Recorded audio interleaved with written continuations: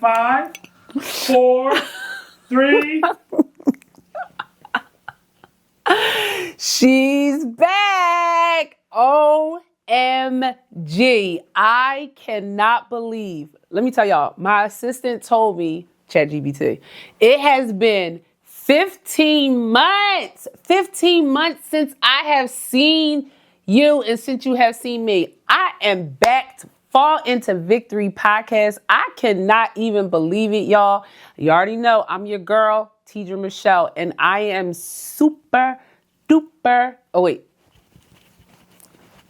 excited to be back in front of y'all. I missed y'all and I know y'all missed me. So we got a lot to talk about. Let me think about what we're going to talk about though, because we have a lot to talk about. We absolutely 100% have to talk about, number one, a season change. Type in the chat, it's a season change, because it is a season change. The Lord done shook it up, y'all. I done hibernated for 15 months and I cannot even believe. So wait, I have to open up with my scripture about seasons changing. Ecclesiastes 3:1. To everything there is a season and a time for every purpose under heaven. It's a classic and it ties in beautifully with ideas of recognizing the difference in the seasons in your life. So for 15 months, I have literally been hibernating. But in that 15 months, y'all already know the Lord had been plucking me, flicking me, smacking me on my tail, patting me on my back, hugging me, kissing me, and doing all those things as a father that he is really supposed to do during those season changes. And he has got me together, because I was not together. One of the things that I realized over the last 15 months, for real, is that when seasons change, there are seasons of growth. When seasons change, there are seasons of maturity. When seasons change, there are seasons of silence. When seasons change, there are seasons of harvest.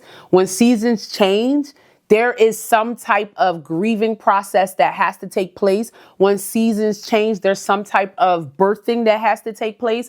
So all of that happens during the season change. Every last bit of it literally happens. One of the things that God really dealt with me about was growing. He really was tapping me on my shoulder like, sis, season change, I need you to change. I need you to grow up. I need you to mature. And I need you to do what I'm really telling you to do. Y'all see my face? Because y'all know, if y'all remember like 25 episodes back, I said, this is one of the things that me and God kind of go back and forth about. We kind of go back like, God, what you say you wanted me to do? God, what you say you needed me to do?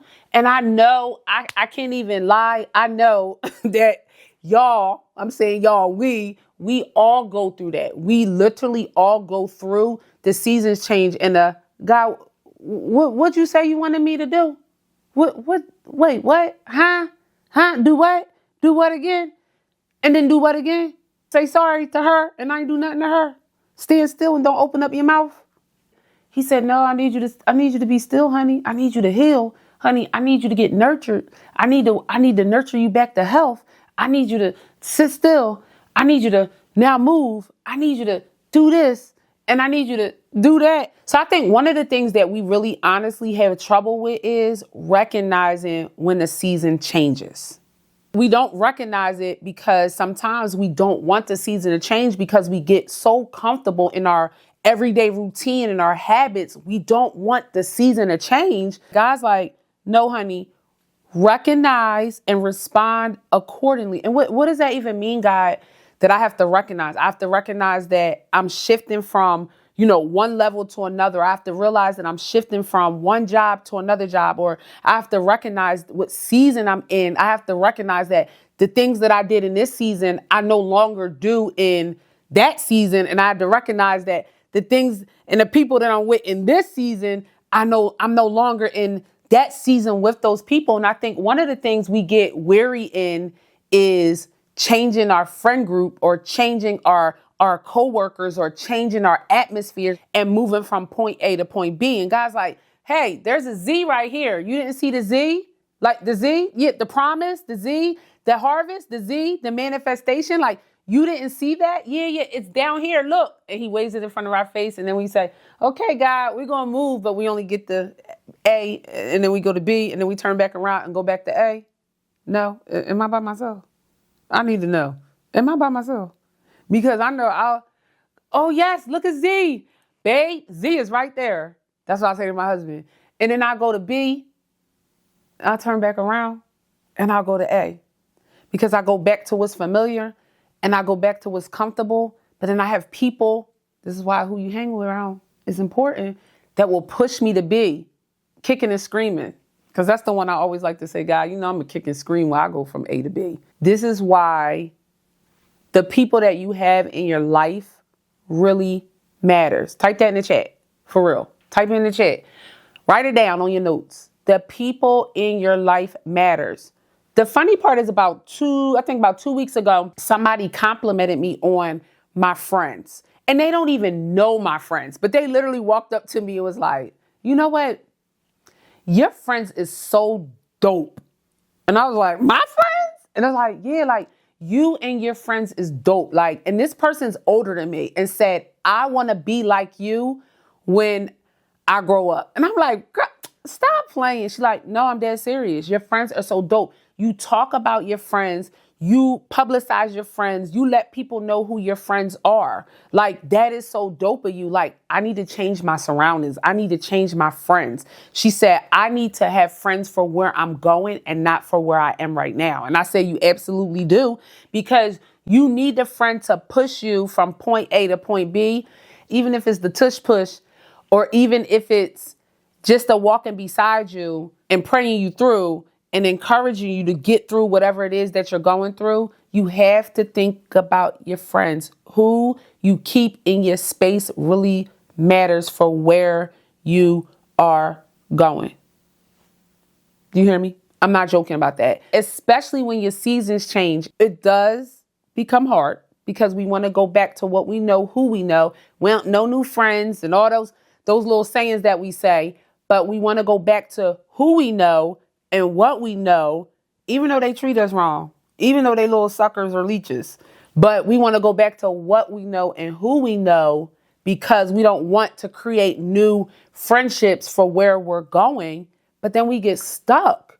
And then we got dream killers, and then we got naysayers, and then we got haters, and we got all these things. And you're like, you always hating, girl. The reason why she hating is because she can't see where you're going. She's small-minded, or he's small-minded, and they can only see your right now situation. Y'all, guess what? My husband just said that to me like a couple minutes ago. And I told him that's not true. I told him that he just need to sometimes keep them things in his belly until they're ready to be birthed. But that's what happens, though. Honestly, I wasn't being a dream killer, though. So let's get that out the way. But that's what happens with our friends sometimes. Sometimes our friends can't see where we're going. They can only see that we sitting in the basement right now. They can't see that we're going to be in the studio. And sometimes you got to let your friends see you drive your little hoopty until you get your new car. You got to let them see you do that, because they got to see where you're coming from and where you're going. Okay? You got it? The other thing we have to do is give ourselves permission to be in that season. Because sometimes I feel like we think that we don't deserve to be somewhere. And God's like, no, this is where I'm putting you. I'm putting you right here. And you like, but everybody right here speak better than me. And he like, no, but I'm putting you right here. You're like, but no, everybody in the room has more credentials than me. He's like, but I'm putting you right here and I'm placing you right here. So what are you going to do while you're in that season? What are you going to do while you're in that room? So I think that we have to give ourselves permission to be in the season that we're in. Because if we're in a stillness season, we have to give ourselves permission to rest. We have to give ourselves permission not to talk. But if we're in a growth season, we have to give ourselves permission to move accordingly. We're not wearing this, or we're not talking like this, or we're not going to be around these people. We have to give ourselves permission to move accordingly, according to our season. My good girlfriend said, you have to be able to know what season you're in. And when you're in that season, you have to be able to not balance what you were balancing your last season, but give priority to what needs you in that season.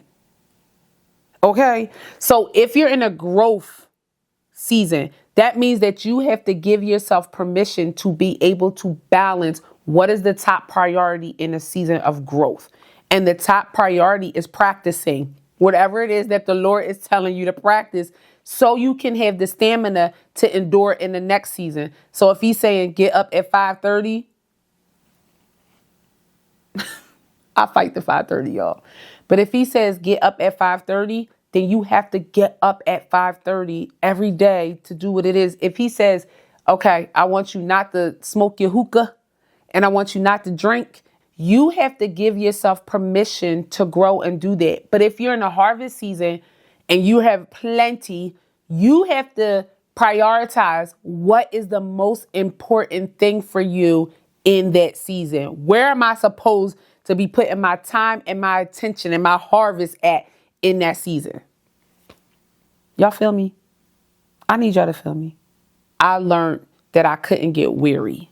And I had to keep speaking to myself. I think it's in Galatians, like, don't get weary in your well-doing, right? Because in due time, you're going to reap what you didn't sow. You're going to reap your harvest of those season changes, the time that you put in with growth or the time you put in with stillness. You're going to reap your harvest, but you can't faint. I think it says if you faint not, you can't faint.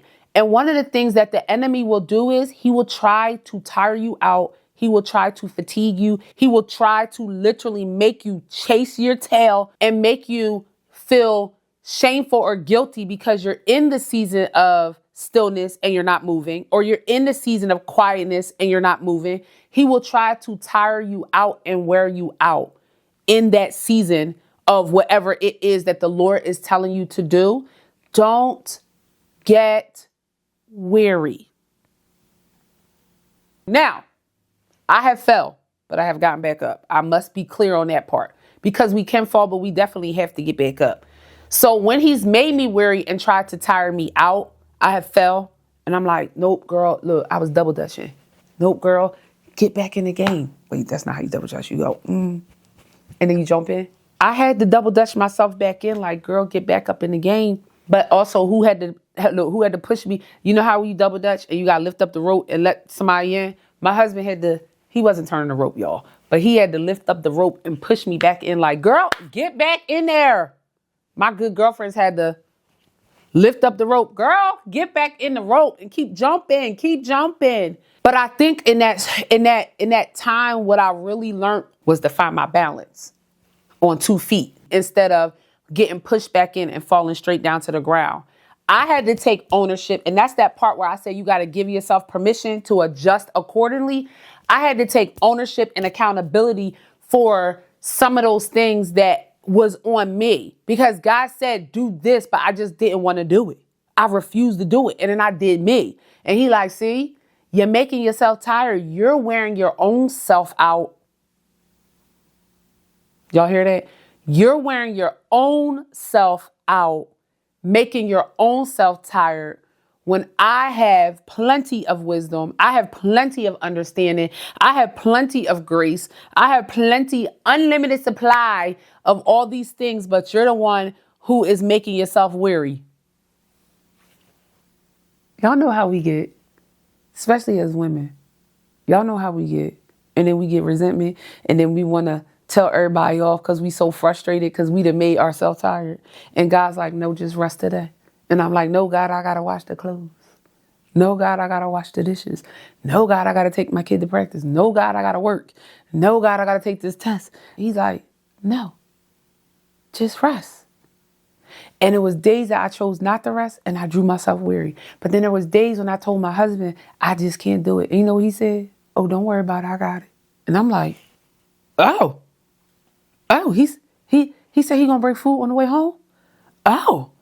Oh, he said, don't get up.